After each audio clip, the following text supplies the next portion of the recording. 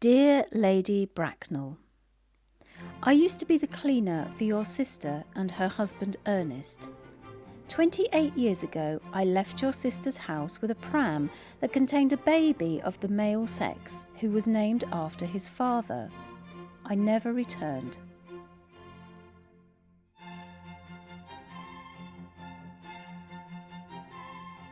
I had also with me a somewhat old handbag in which I deposited the baby and left near a railway station. The late Mr. Thomas Cardew, an old gentleman of a very charitable and kindly disposition, found the baby and gave him the name of Worthing because he happened to have a first-class ticket for Worthing in his pocket at the time.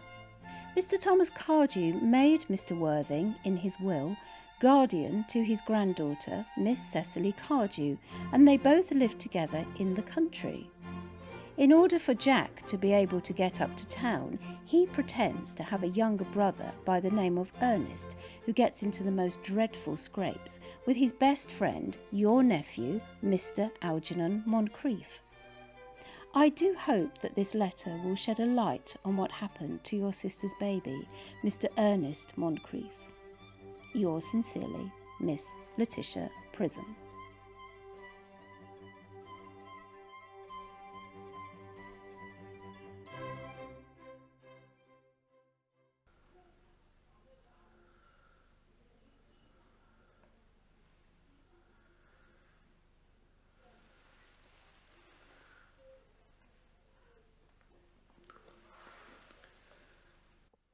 Charming day it's been, Miss Fairfax. Pray, don't talk to me about the weather, Mr. Worthing. Whenever people talk to me about the weather, I always feel quite certain they mean something else. Gwendolen, ever since I've met you, I've admired you more than any other girl I've ever met since I met you. I'm quite well aware of the fact. The moment Algernon first mentioned to me that he had a friend called Ernest, I knew I was destined to love you. But you don't mean to say you couldn't love me if my name wasn't Ernest? But your name is Ernest. Yes, I know it is, but to say it was something else. I don't much care for the name of Ernest. I don't think the name suits me at all. It suits you perfectly. It's a divine name. It has a music of its own. I think there are some other much nicer names. Jack, for instance, is a charming name. No.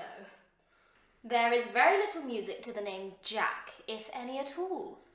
I have known several Jacks, and all of them, without exception, were more than usually plain. The only really safe name is Ernest. Gwendolen, I must get christened at once.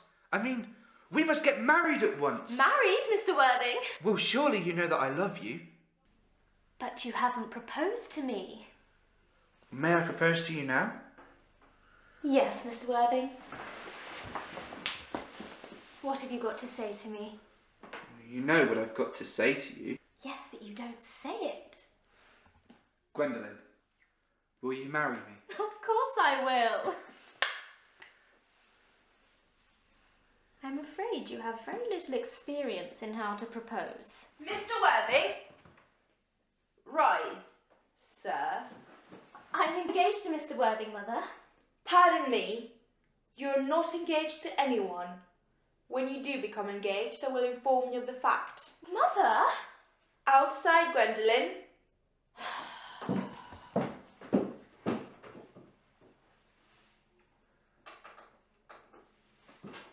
You will be hearing from me, Mr. Worthing.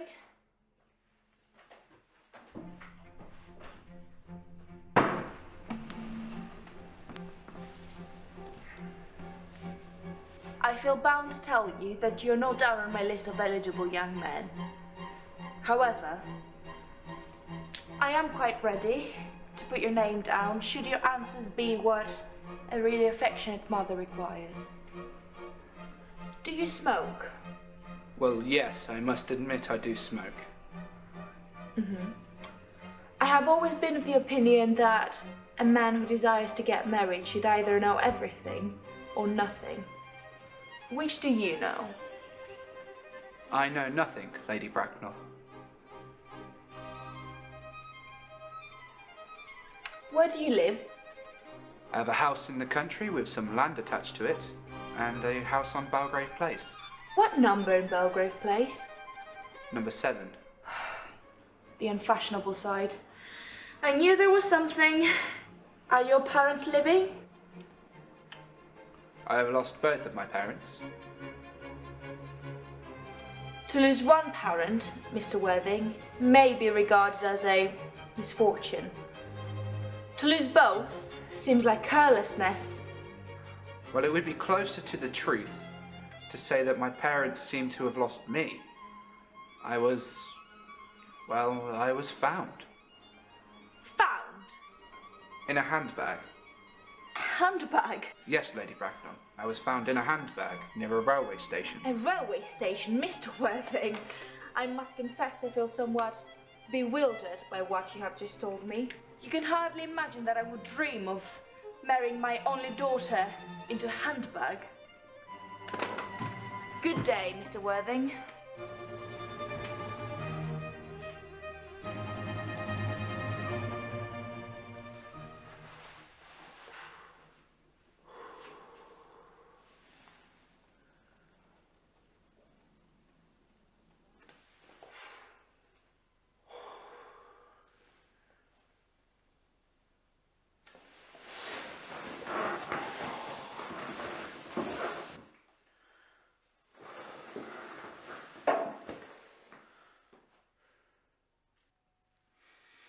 Have you told Gwendolen the truth about you being Ernest in the town and Jack in the country?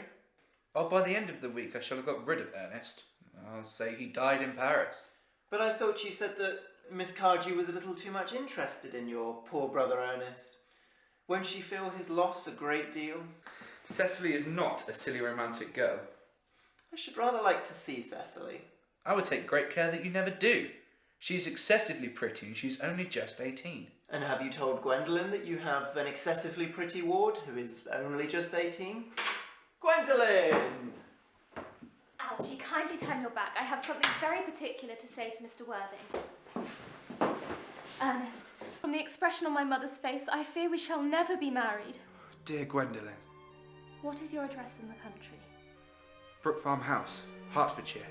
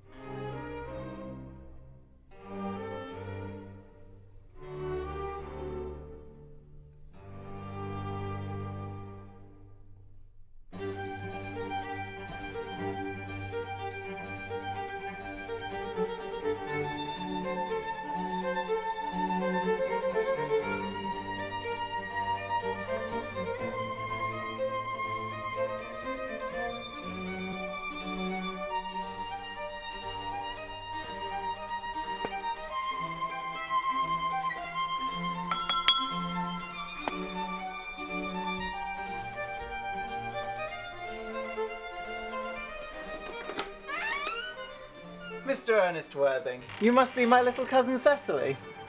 I am not little. In fact, I am more than usually tall for my age. But I am your cousin Cecily.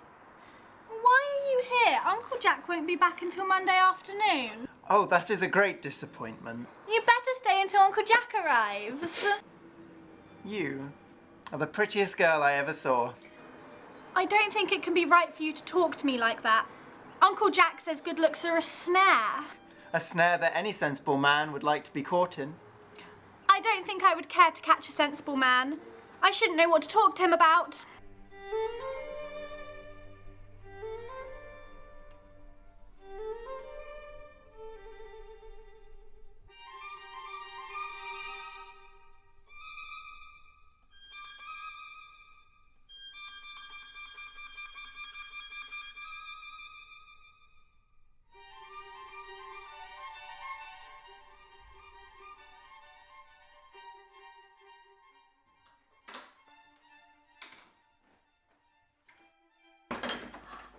Jack, I'm so pleased to see you.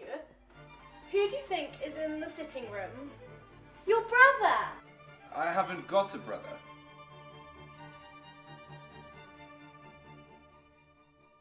Brother Jack! I've come all the way down from town to tell you I'm terribly sorry for all the trouble I've caused you. Uncle Jack, do be nice. Ernest has been telling me about his poor invalid friend, Mr. Bunbury. Oh, has he? Well, I won't have him talking to you about Bunbury or anything else. Of course, I admit all the faults were on my side. Uncle Jack, if you don't shake his hand, I will never forgive you. Never, never, never. My little task of reconciliation is over. I'm very happy.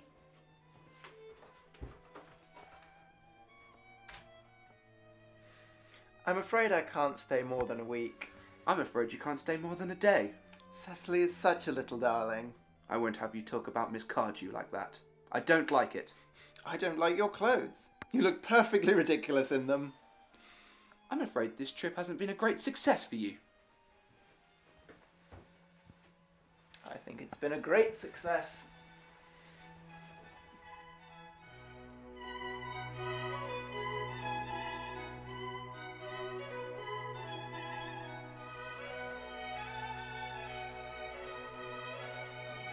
Cecily, I hope you shall not be offended if I state quite openly and frankly that you seem to me to be the personification of absolute perfection. I think your frankness does you great credit, Ernest. I will copy your remarks into my diary. You can go on. I'm quite ready for more. Oh, don't cough, Ernest. When one is dictating, one should speak fluently and not cough. Besides, I don't know how to spell a cough. Cecily, ever since I first looked upon your wonderful and incomparable beauty, I have dared to love you wildly, passionately, devotedly, hopelessly. I do not think that you should say that you love me wildly, passionately, hopelessly, devotedly. Uncle Jack would be very much annoyed. I don't care what Jack thinks. I don't care what anyone else in the world thinks. I love you, Cecily. You will marry me, won't you? Oh, you silly boy, of course. Why, we have been engaged for the past 4 months. How did we become engaged? Well, ever since dear Uncle Jack first confessed to me that he had a younger brother who was very wicked and bad, I dare say it was foolish of me, but I fell in love with you, Ernest. It has always been a girlish dream of mine to be in love with a man named Ernest.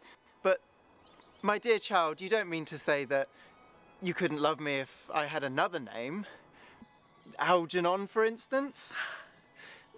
You, Cecily, you could love me if my name was Algie, couldn't you? I might respect you, but I fear I shall not be able to give you my undivided attention. Cecily, would you excuse me? I'll be back in no time.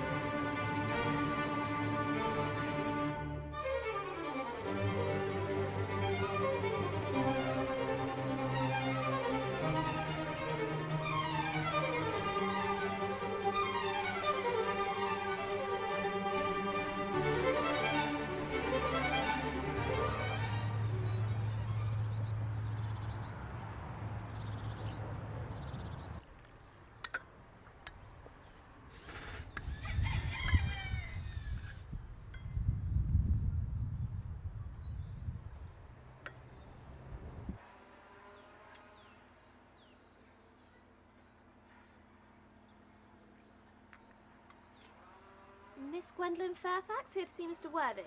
Cecily Cardew, I'm Mr. Worthing's ward. He never mentioned to me that he had a ward. How very secretive of him. I cannot help expressing a wish you were well.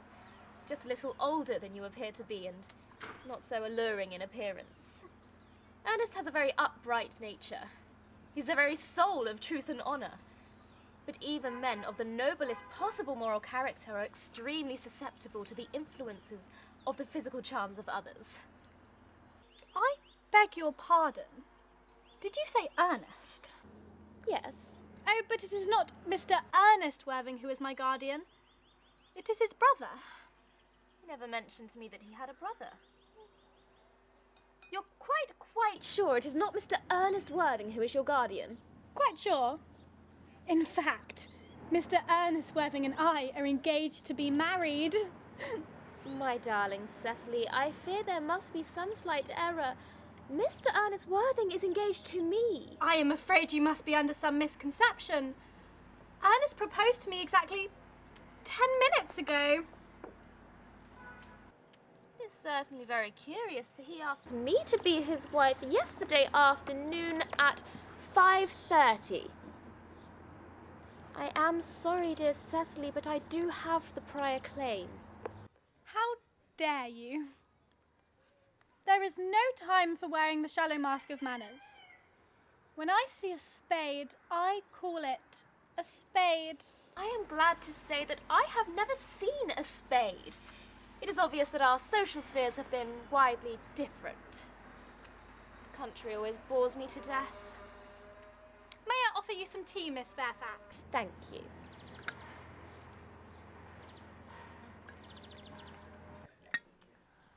Sugar? No, thank you. Sugar isn't fashionable anymore.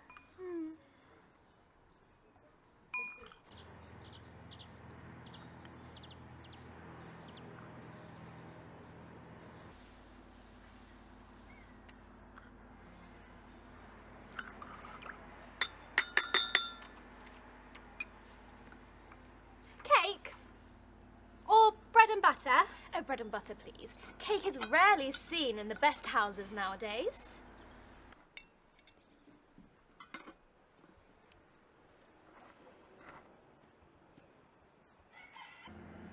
You have filled my tea with heaps of sugar, and though I distinctly asked for bread and butter, you have given me cake. I am known for the gentleness of my disposition and the sweetness of my nature, but I warn you, dear Cecily, you may go too far. To save my poor, innocent, trusting Ernest, there are no lengths to which I would not go. Ernest, Gwendolyn. may I ask you, are you engaged to this young lady? No, of course not. I'm afraid there has been some misunderstanding, Miss Fairfax. The gentleman whose arm is around your waist is my guardian, Mr. Jack Worthing. Jack? Oh. Oh, here is Ernest. May I ask, are you engaged to this young woman? Gwendolyn? Of course not. What could have put such an idea in your pretty little head? I knew there must have been some slight error, Miss Cardew, for the gentleman who is now embracing you is my cousin, Mr. Algernon Moncrief. Algernon Moncrief? Oh. Are you called Algernon? Is your name really Jack? I cannot deny it. I could deny it if I liked. I could deny anything if I liked. But my name is certainly Jack. A gross deception has been practiced on the both of us.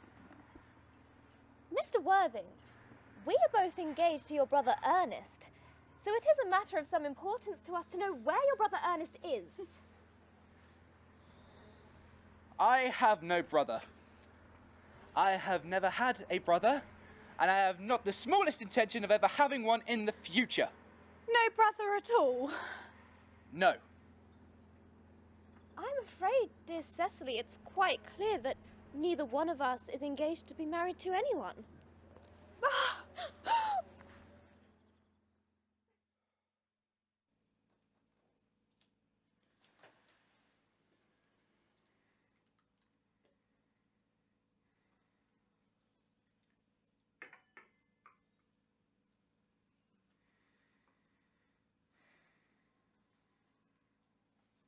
Mr. Moncrief, Why did you pretend to be my guardian's brother? In order that I might have the opportunity to meet you. And what explanation can you offer to me? Was it in order that you might see me in town as often as possible? Can you doubt it, Miss Fairfax? Their explanations appear to be quite satisfactory. But there are principles at stake that one cannot surrender. Which of us should tell them? Can we not both speak at the same time? Your Christian names are still an issue. Is that all? But I am going to be christened this afternoon. There shall be no christenings today.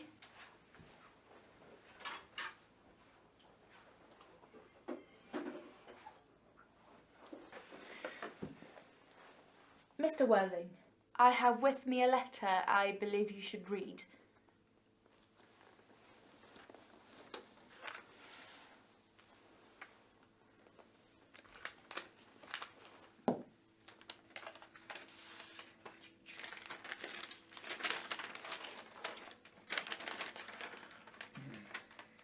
I'm back. Ernest. Yours sincerely, Miss Letitia Prism.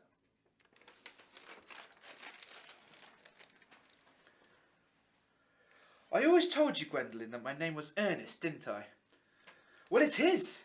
It naturally is Ernest after all.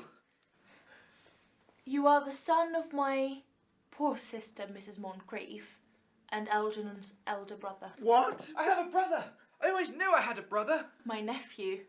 You seem to be showing signs of triviality. On the contrary, Aunt Augusta, I've now, for the first time in my life, realised the vital importance of being earnest.